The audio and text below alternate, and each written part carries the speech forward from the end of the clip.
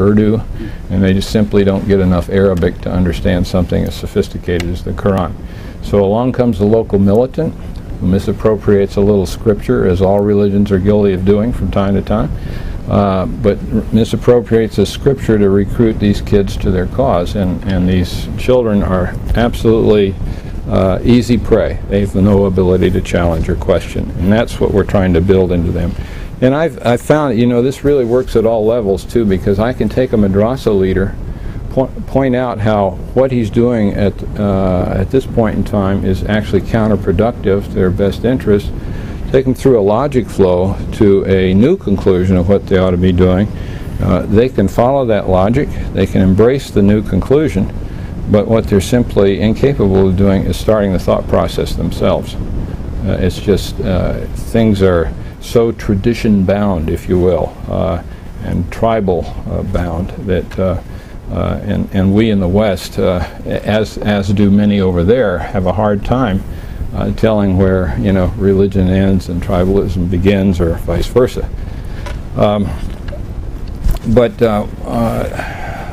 We thus far have enjoyed pretty significant success. In some respects, we've only hit the tip of the iceberg. We've now reached about 500 to 600 madrasas, but the total universe is probably somewhere in the order of 12 to 15,000. Not even the government knows for certain.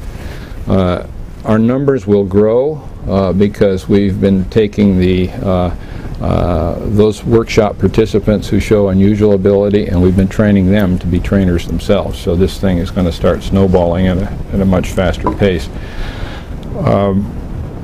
Our success, I think, contrasts dramatically with the lack of success that the government of Pakistan has had in the past. There have been several attempts to reform these madrasas, but they've all been refuted. I mean, even in the wake of 9/11, the U.S. gave Pakistan government $100 million for educational reform.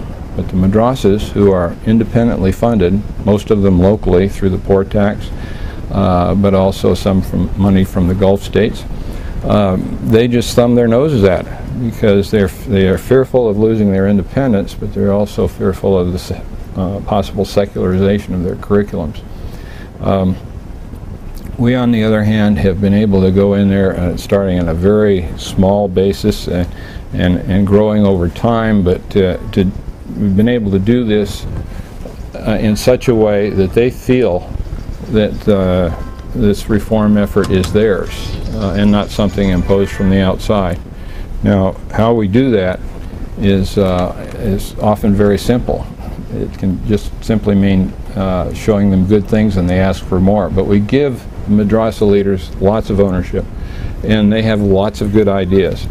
And one of the things they all seem to care about, I don't care how, you know, there's 5 sects that sponsor these religious schools, and the 2 hardest line are the Wahhabis and Deobandis, and Wahhabi over there is called Ali Hadith, and they're the 2 hardest line, but I don't care which one you're talking about, they all seem to care about the fact that they're not doing the best that they can by the children, and by the students. And oftentimes when we get into the child psychology of how kids can learn more effectively and the rest, it often evokes tears from these folks who remember, these madrasa leaders who remember how they as children were either chained or beaten or what have you to improve their memorization skills.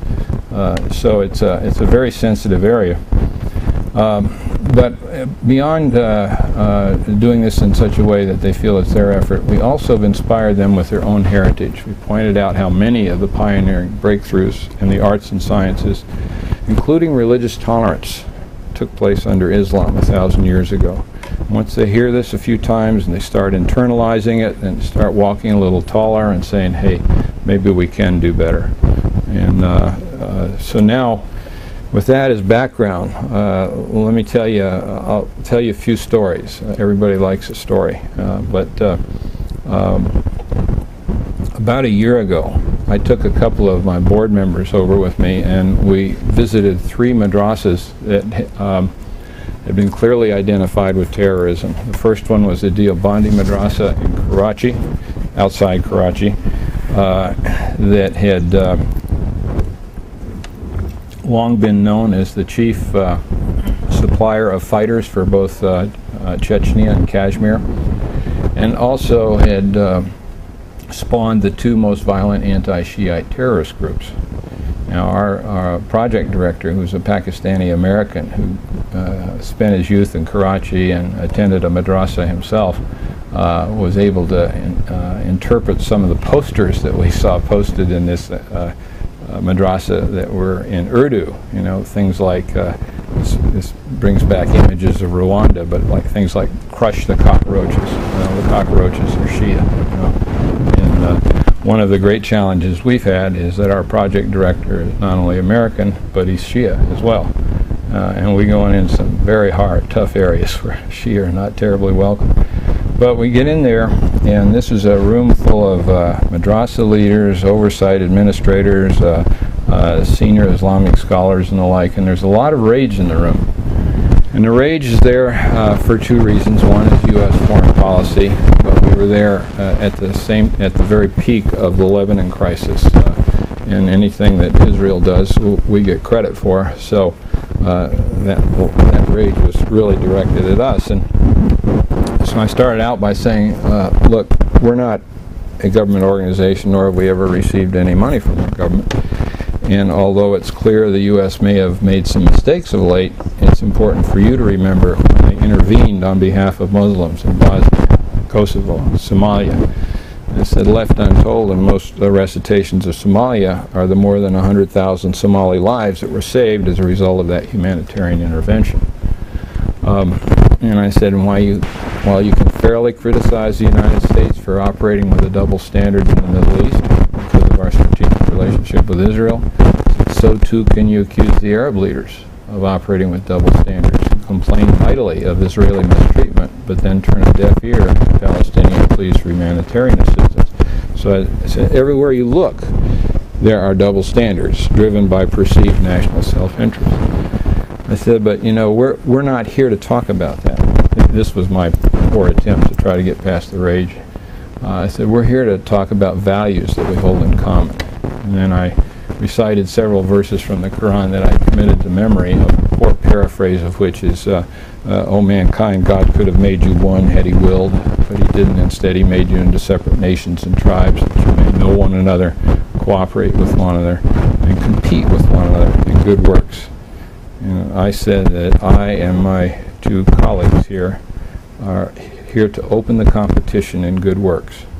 And then we just sort of played to religious values that we hold in common. And by the time this all played itself out, that rage had been converted to a spirit of fellowship. And we then went up to Ali Hadith or Wahhabi madrasa outside of Lahore. It had been identified with the London bombers, and did the same thing with the same effect. At one point, I mentioned too that as it turned out, although we're not a religious organization, we're multi-religious, but the two colleagues I had with me, like myself, were Christians. And I told the group, I said, you know, we happen to be followers of Jesus. And I said, you know, we know that you can't be a good Muslim unless you believe some pretty wonderful things about Jesus. I said, so let's ask ourselves, if he were here today, how would he want us to act toward one another? So this feeds into the discussion. And the madrasa leader at the Wahhabi